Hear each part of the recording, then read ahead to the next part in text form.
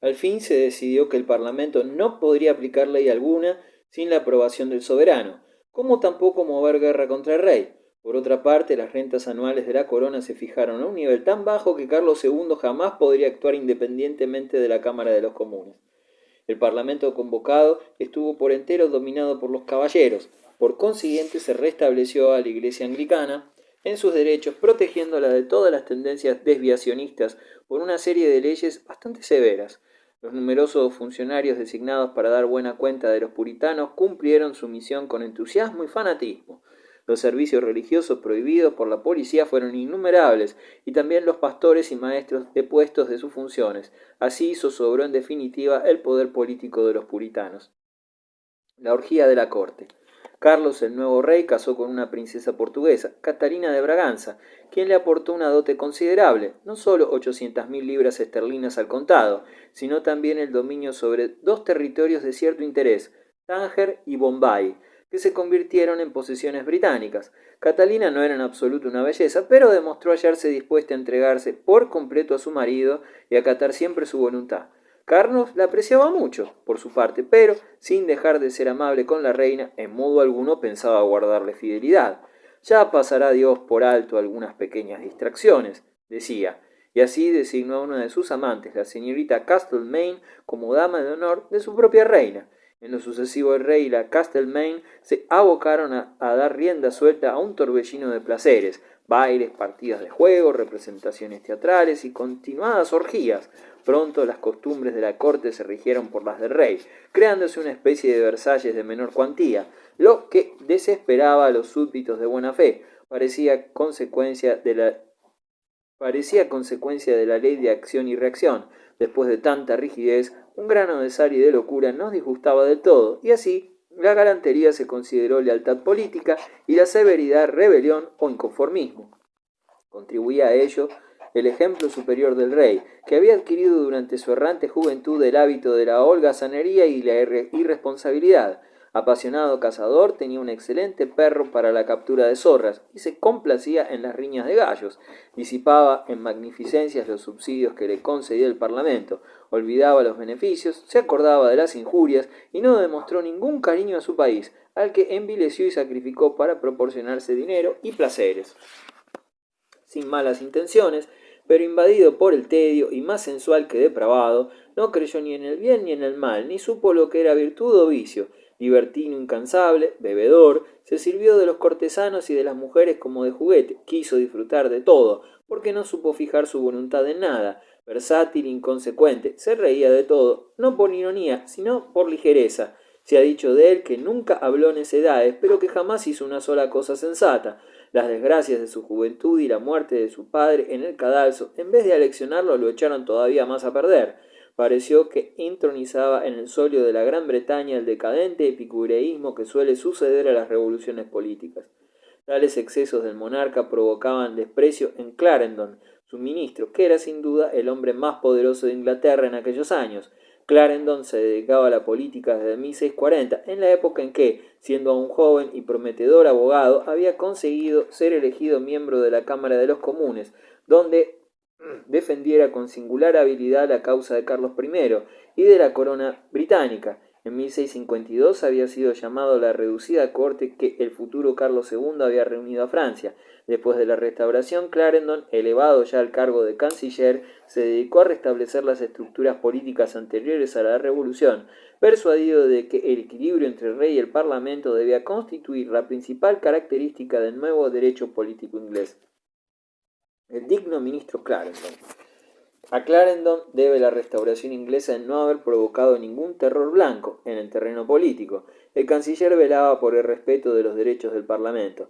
Carlos II se sometió a las opiniones de su ministro, a cuya hija Ana casó en 1660 con su hermano y sucesor, Jacobo. Clarendon tenía vara alta en todos los ramos de la administración. Durante los debates del Consejo Real, raros eran quienes se atrevían a contradecirlo, pues el canciller tenía sólida y justificada reputación de hombre violento y orgulloso, era implacable con sus enemigos, trataba al propio monarca sin respeto ni miramiento alguno, y a menudo, cuando el rey deseaba hablar con él, el soberano en persona se veía obligado a acudir a casa de su primer ministro. El rey toleró largo tiempo tal conducta con su habitual humorismo. Muchos defectos pueden reprocharse a Carlos II, pero jamás la mezquindad de carácter ni la susceptibilidad. Cierto día, un enemigo de Clarendon fue a susurrar al oído del monarca que el canciller había tratado al rey de holgazán y poco apto para ocupar un trono. Carlos se limitó a reírse. Me lo ha dicho al menos 20 veces. El rey acabó rompiendo sus relaciones con el canciller, si bien a causa de sus divergencias políticas y no por agravios personales. El conflicto estalló en torno al más grave problema de la historia política inglesa de aquel siglo.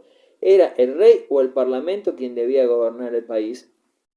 1665-1667, 2 años críticos, intrigas y amenazas. Por motivos puramente humanos, al rey le costaba admitir la presión religiosa que las nuevas leyes eclesiásticas hacían pesar sobre los puritanos.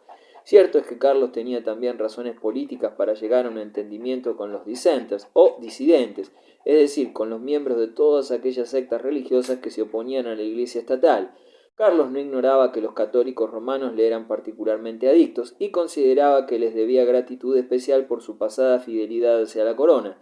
Por otra parte, tendía a ofrecer su protección personal a los puritanos, tratando de convertirlos de este modo a partidarios suyos. Carlos envidiaba el poder que la Cámara de los Comunes y la Iglesia anglicana habían logrado adquirir y deseaba contrarrestar tal fuerza política creando un partido monárquico personal. La lucha entre el rey y el parlamento resurgió bajo nuevas formas. Clarendon intentó entonces hacer oficio de mediador, sin más resultado que enajenarse la simpatía de ambos bandos y verse envuelto en 1000 intrigas, en el centro de las cuales se hallaba siempre la amante, Castlemaine.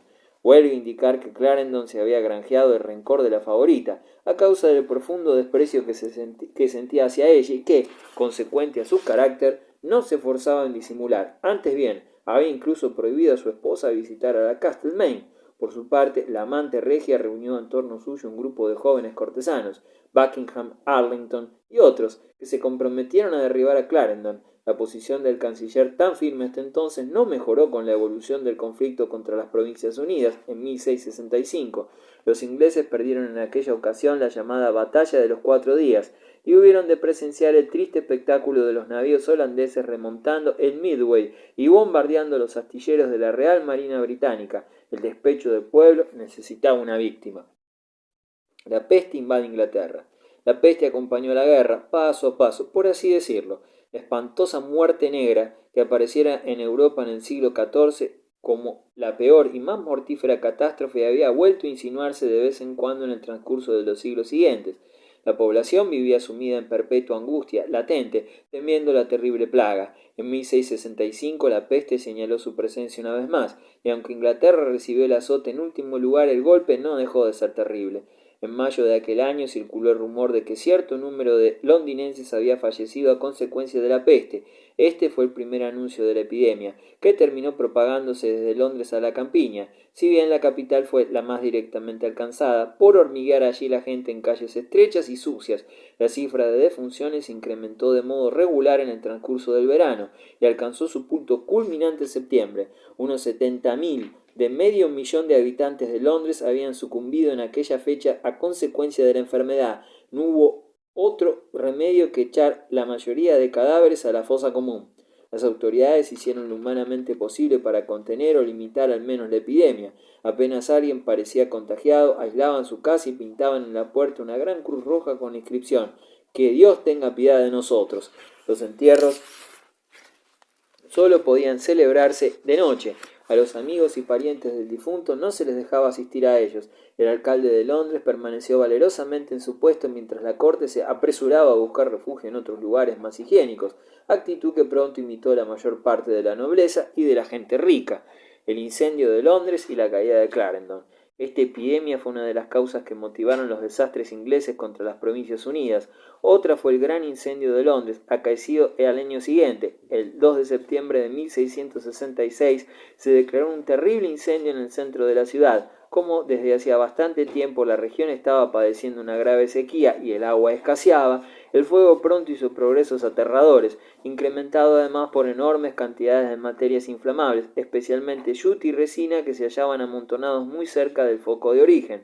Soplaba un viento muy fuerte, y como el alcalde no se atrevía a hacer derribar las casas sin el consentimiento de los propietarios, pronto una columna de fuego de casi 2 kilómetros de circunferencia prendió en los edificios, casi todos de madera, extendiéndose a docenas y docenas de parroquias, abarcando toda la zona comprometida entre la torre y el templo de San Pablo, con más de 12.000 habitaciones y 26.000 almacenes. Quedaron 200.000 londinenses sin cobijo alguno. El edificio que albergaba la bolsa fue uno de los primeros en incendiarse. La iglesia de San Pablo y docenas de otras iglesias sufrieron igual suerte. Solo pudo salvarse la Torre de Londres, sacrificando todos los edificios de los alrededores. En el siniestro hizo estragos durante 5 días enteros, y cuando por fin el fuego pudo ser dominado, el aspecto de la ciudad casi en su totalidad era el de un montón colosal de ruinas humeantes. Londres había perdido la mayor parte de sus edificios erigidos durante la Edad Media.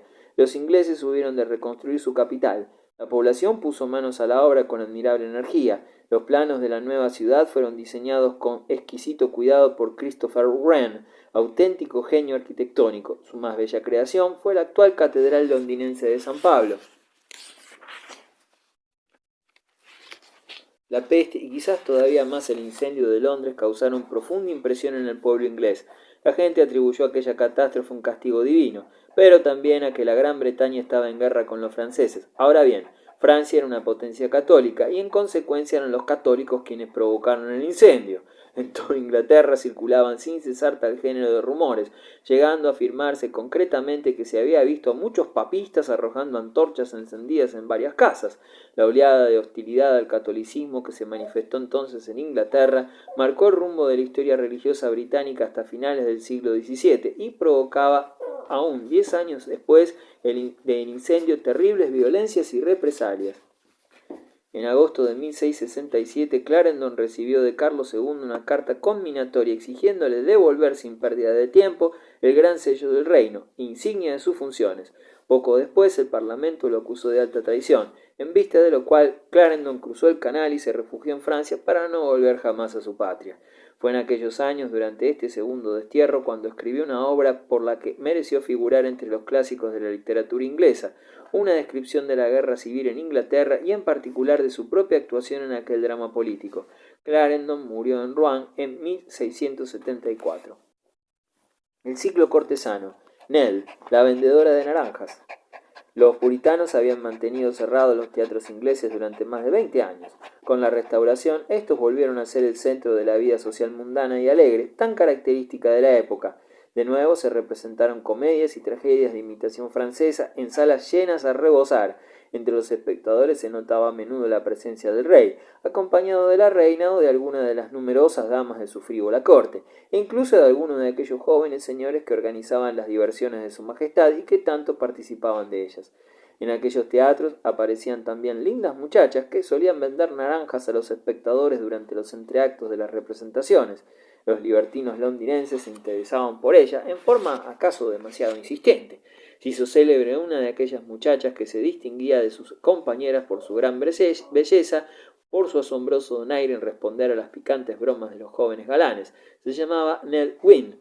Una de las más notables figuras del teatro de aquella época había observado la arrolladora personalidad de la pequeña vendedora de naranjas. Cierto es que Nell no tenía talento suficiente para desempeñar papeles trágicos, pero demostró tenerlo en los cómicos. Así lo afirma Samuel Pepys, visitante más o menos asiduo de su palco, al que solía acudir también su esposa, acompañándolo para mayor seguridad. Nell Gwynn hizo furor entre el público londinense. Sus actitudes traviesas y coquetas le franquearon las puertas de los salones elegantes. No pasó mucho tiempo sin que Carlos II la descubriera a su vez. Por supuesto, Nell se convirtió en su amante. En 1669, al año siguiente, se despidió de la escena. Su postrer representación fue un éxito enorme. Apenas apareció Nell en el escenario, la sala casi se hundió con los aplausos. Según testigos oculares, Nell Gwynn lucía aquella tarde un sombrero de alas anchas que le sentaba a maravillas.